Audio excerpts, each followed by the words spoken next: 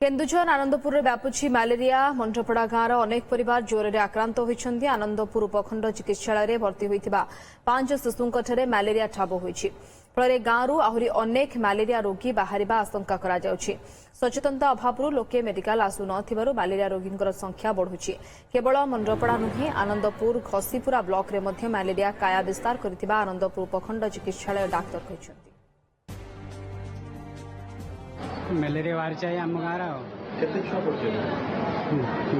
गाँव बहुत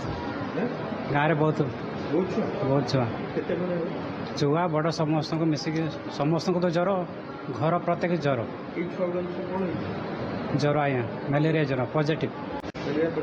malaria positive समस्त को मैलेरिया पॉजिटिव गोटे छुआ टिके खाली बांती फांती करथला ताकू टिके सलाइन दउछु आ सब रिकवरी हे गेलानी 5 जन आज टिके कमी जाइथिबे कारण 3-4 को डिस्चार्ज कर देली आज मंडपटा तो सब नुहे ए बुढ़ी कोदर थे दीटा अन्य गाँव रे भी व्यापिलानी माने अन्य माने आम जगार